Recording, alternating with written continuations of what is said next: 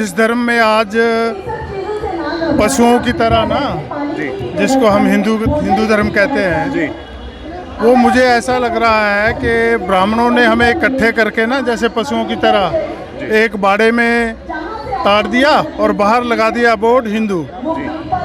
अंदर घुसो तो आपको तरह तरह की जातियां मिलेंगी, वर्ग मिलेंगे, क्षेत्र मिलेंगे।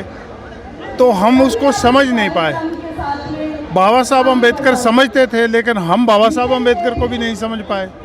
इसलिए उसको समझने के लिए 8, 9, 10, 20 साल तक हम ही स्टडी करते रहे, तो हमें समझ आया कि ये एक्चुअली षड्यंत्र है क्या। मैं सुंदर सिंह और आप देख रहे हैं SM न्यूज़। बुद्धिज़्म इतना प्रचंड पर है, इतना जोरों पर है कि लंदन से MS बहिल साहब बुद्ध दीक्षा ग्रहण करने आए हो, जबकि बुद्धिस्ट वो पहले से ही हैं। लेकिन बाबा साहब के विचारों को, बुद्ध के विचारों को लगातार पूरे लंदन से लेके पूरे इंडिया तक बिखेरने का काम कर रहे हैं। क्यों ऐसा लगता है कि बुद्ध में भारत होना चाहिए? देखिए, जो जिस धर्म में आज पशुओं की तरह ना, जिसको हम हिंदू धर्म कहते हैं जी, वो मुझे ऐसा लग रहा है कि ब्राह्मणों ने हमें इकट्ठे करके ना, जैसे पशुओं की तरह एक बाड़े में ताड़ दिया और बाहर लगा दिया बोर्ड हिंदू। अंदर घुसो तो आपको तरह तरह की जातियां मिलेंगी, वर्ग मिलेंगे, क्षेत्र मिलेंगे। तो हम उसको समझ नहीं पाए। बाबा साहब अम्बेडकर समझते थे, लेकिन हम बाबा साहब अम्बेडकर को भी नहीं समझ पाए। इसलिए उसको समझने के लिए 8, 9, 10, 20 साल तक हम ही स्टडी करते रहे, तो हमें समझ आया कि ये एक्चुअली षड्यंत्र है क्या। तो अब जैसे जैसे उस षड्यंत्र को एक्सपोज कर रहे हैं, देश में भी विदेश में भी लोगों के अंदर बुद्ध धर्म की चेतना बहुत बड़े पैमाने पे बढ़ रही है। और मुझे तो हैरानगी होती है कि भाई अगर इसी रफ्तार से हम बुद्ध धर्म की तरफ बढ़ते गए तो वो दिन दूर नहीं कि बाबा साहब का सपना छोड़ो, हमारा सपना हमारे आने वाले बच्चों का सपना है जी। आपने बोला हमारा सपना हमारे आने वाले बच्चों का सपना है, लेकिन कहते हैं कि नवरात्रि चल रही है इस वक्त। नवरात्रि की मैं बात ज़रूर करूंगा, क्योंकि कहते हैं कि नवरात्रि के अंदर कोई उनकी मनोकामना जितनी पूरी होती है, शिक्षा हो, प्रेम विवाह हो, या जितने भी घर का हो, गाड़ी का हो, वह सारी मनोकामना व्रतों से और देवी देवताओं से होती है। तो बुद्ध धर्म में तो ऐसा चमत्कार वगैरह है नहीं, तो लोग क्यों ग्रहण करेंगे बुद्ध धर्म? वह बताइए, क्या फ़र्क है? What is the differences of Buddhism and हिंदुज़्म में क्या फ़र्क है, वो बताइए। आप देखिए कि भाई अगर नवरात्रि से ही जहाँ और पूजा पाठ मंत्र शंत्र जो भी हम जिसके पीछे पड़े हुए हैं, अगर इनसे ही कल्याण होना होता तो बाबा साहब अम्बेडकर के साथ इतना बड़ा अन्याय होता। छोटे मोटे लोगों को छोड़ो कि बाबा साहब अम्बेडकर के साथ इतना बड़ा अन्याय होता कि संविधान लागू होने से पहले जो हमारी हालत थी वो ऐसी थी।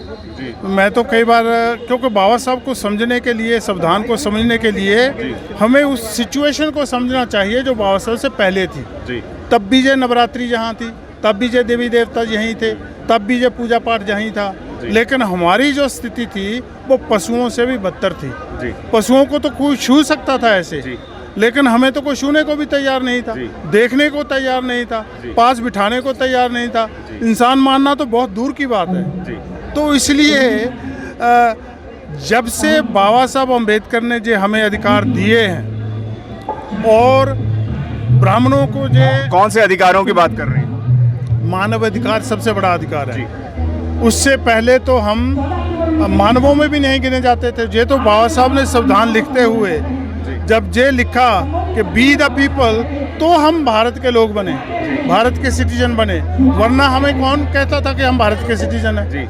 भारत के संसाधनों के ऊपर जल, जंगल, जमीन कितना हिस्सा था हमारा? आज भी नहीं है, पहले कितना था? बिल्कुल नील था।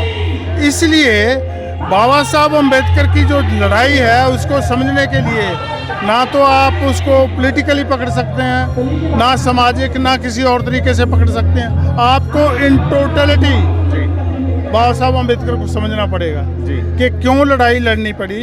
अगर बाबा साहब क्या जानते नहीं थे भाई नवरात्रि या किसी शिव मंत्र के रास्ते या राम पूजा के वास्ते उनका कल्याण हो जाएगा? तो क्यों? बहुत सारे न्यूज़ चैनल, बहुत सारे बुद्धिजीवी लोग ये तक कहते हैं कि दिवाली हमारी है, होली हमारी है, तमाम जो व्रत हैं वो भी हमारे हैं, गणेश पूजन भी हमारे हैं। तो क्या कहना चाहेंगे ये क्या कहना चाहेंगे?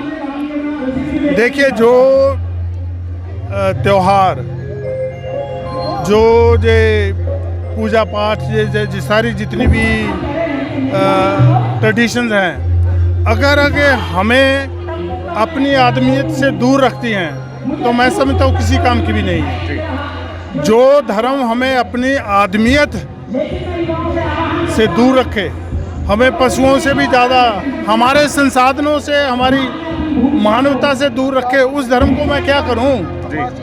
मैं मानता हूं कि मेरे लोग बहुत से इस चक्कर में पड़े हुए हैं। तो लेकिन ये है कि जब तक उनके अंदर बाबा साहब ने सबसे पहले जो अधिकार दिया, उसमें सबसे पहला अधिकार था शिक्षा का, कि जैसे जैसे शिक्षा का प्रभाव मेरे लोगों में बढ़ेगा तो वो सही और गलत को और अपने और दूसरे को, दुश्मन को पहचानने के काबिल हो जाएंगे। आज वो मुझे नज़र आ रहा है कि लोग अपने दुश्मन को, अपने त्योहारों को, दलितों के कौन से त्योहार हैं वह बताएं, सबसे बड़ी बात, सीधी बात है। जबकि दलित अनकॉन्स्टिट्यूशनली है, लेकिन फिर भी बहुजनों के कौन से त्योहार हैं ये बताइए।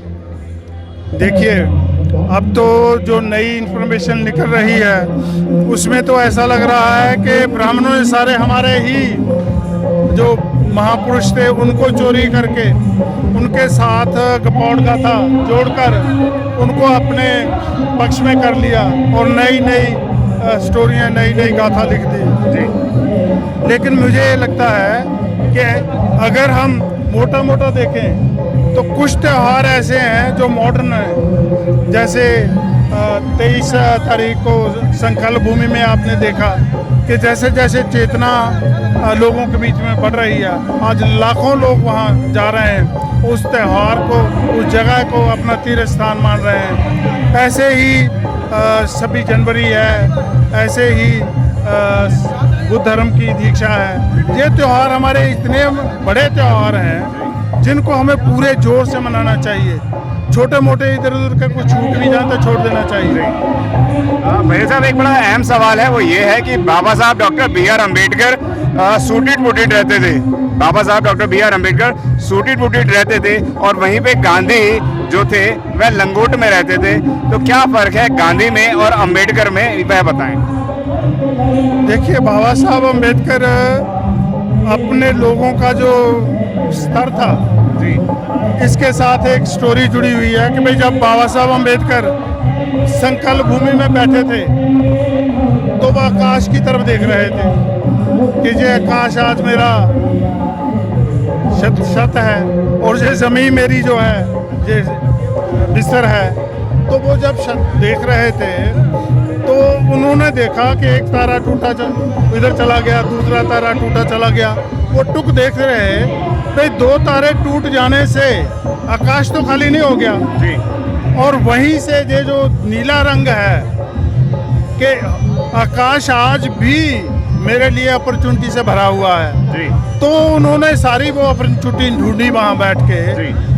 तो वो सूटू टूटे इसलिए रहते थे कि वो अपने लोगों का जो स्तर था ना, हमारे लोग क्या करते, ठाकुर जी पाँव पाँव, पंडित जी पाँव लागू, पाँव के नीचे से वो ऊपर उठते दिखाई देता ही नहीं था।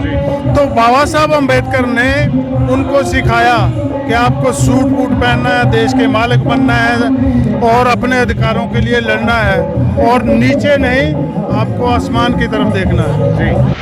अगर आपने अभी तक हमारा चैनल सब्सक्राइब नहीं किया है तो सब्सक्राइब करें और घंटी का बटन बिल्कुल भी दबाना ना भूलें ताकि सभी लेटेस्ट खबरें पहुंच सकें आप पे सबसे पहले।